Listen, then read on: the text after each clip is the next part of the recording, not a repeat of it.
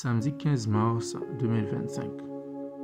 Le Saint-Esprit dans la vie et le ministère de Jésus. Jérémie Saudrel.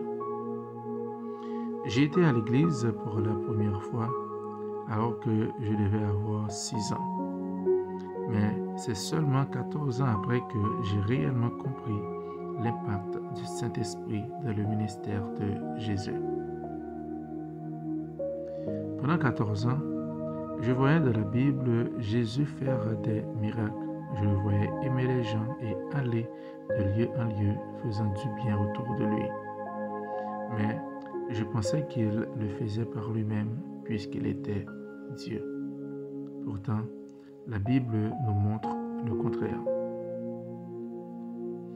Nous savons tout d'abord que le Saint-Esprit n'est pas donné uniquement aux gens qui exercent dans le ministère, mais qu'il est donné, envoyé à chaque croyant.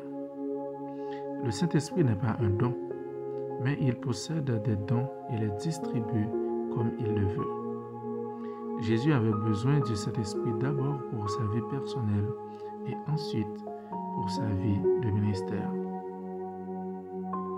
Il faut noter que le Saint-Esprit, comme Dieu le Père et comme Jésus, n'est pas quelqu'un qu'on va voir seulement quand on en a envie ou quand on a quelque chose à demander. Mais il est une personne à part entière avec qui nous pouvons développer une merveilleuse relation. 2 Corinthiens 3, verset 6, il nous a rendus capables d'être ministres d'une nouvelle alliance, non de la lettre, mais de l'esprit, car la lettre tue, mais l'esprit vivifie. De la même façon qu'on a besoin d'une révélation de la parole par le Saint-Esprit, nous avons besoin d'une révélation du Saint-Esprit sur lui-même. Vous devez vraiment comprendre que vous avez besoin d'une révélation sur qui est le Saint-Esprit.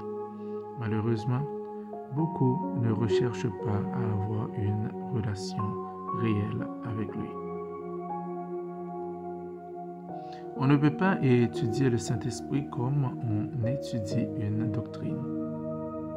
On parle de la doctrine du Saint-Esprit ou même de la doctrine de Dieu, mais c'est plus une appellation car en effet, Dieu ne se rencontre pas vraiment en l'étudiant. On peut certes étudier à propos de ce qu'il est au travers de la parole, mais cela ne nous amènera pas forcément à une relation avec lui. On n'étudie pas Dieu comme on étudie un thème. On apprend à le connaître à travers d'une relation avec lui et on le découvre dans la parole. Dès le commencement, le Saint-Esprit se révèle comme l'Esprit qui a coopéré avec le Père. Genèse 1er, verset 2. La terre était informe et vide. Il y avait des ténèbres à la surface de l'abîme, et l'Esprit de Dieu se mouvait au-dessus des eaux. Quand Dieu a dit que la lumière soit, la lumière est venue parce que le Saint-Esprit coopérait et couvait la terre. Dans Genèse 1er, verset 26, le Saint-Esprit était là et a participé à la création de la vie humaine. Genèse 1er, 26. Puis Dieu dit, faisons l'homme à notre image, selon notre ressemblance, et qu'il domine sur les poissons de la mer, sur les oiseaux du ciel, sur le bétail, sur toute la terre, et sur tous les reptiles qui rampent sur la terre. Lors du déluge, le Saint-Esprit était encore là. Le Saint-Esprit a organisé et protégé la naissance de Jésus comme un artiste, puis il fut sur Marie. Luc 1er, verset 35. L'ange lui répondit, le Saint-Esprit viendra sur toi, et la puissance du Très-Haut te couvrira de son ombre. C'est pourquoi le Saint-Enfant qui naîtra de toi sera appelé Fils de Dieu. Quand Jésus s'est fait baptiser, le Saint-Esprit était là, et à partir de ce moment, la vie de Jésus a radicalement changé. Il était dirigé par le Saint-Esprit. On pourrait dire que Jésus avait un nouvel ami. Matthieu 3, verset 16. Dès que Jésus eut été baptisé, il sortit de l'eau. Et voici, les cieux s'ouvrirent, et il vit l'Esprit de Dieu descendre comme une colombe et venir sur lui. C'est dirigé par le Saint-Esprit que Jésus est allé dans le désert. Matthieu 4, verset 1er.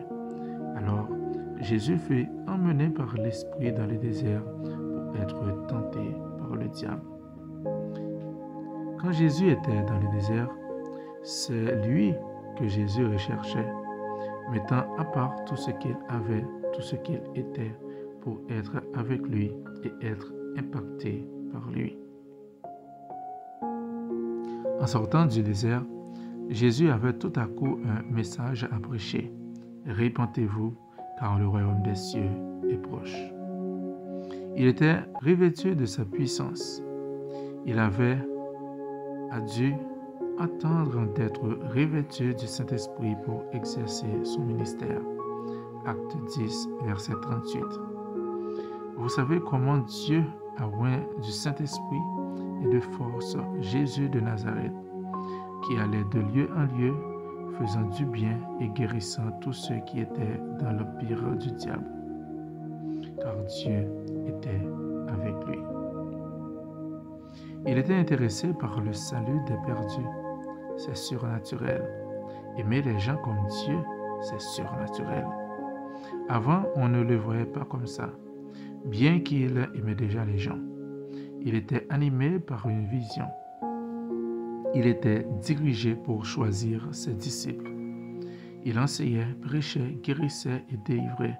Tout cela au travers et en coopération avec le Saint-Esprit. Avant de lire la prochaine pensée du jour demain, je vous encouragerai à passer un temps avec le Seigneur afin de ranimer votre soif du Saint-Esprit. Si vous n'êtes pas encore baptisé du Saint-Esprit, Dieu est prêt à le faire maintenant. N'attendez plus avant d'être rempli. Dieu est fidèle. Il ne change pas. Il est prêt à vous remplir aujourd'hui. Si vous êtes déjà rempli du Saint-Esprit, Dieu veut vous remplir à nouveau. Il veut vous rafraîchir. Vous avez besoin d'être rempli afin de faire ce que Dieu vous a appelé à faire. Ranimer la flamme qui est en vous. Amen.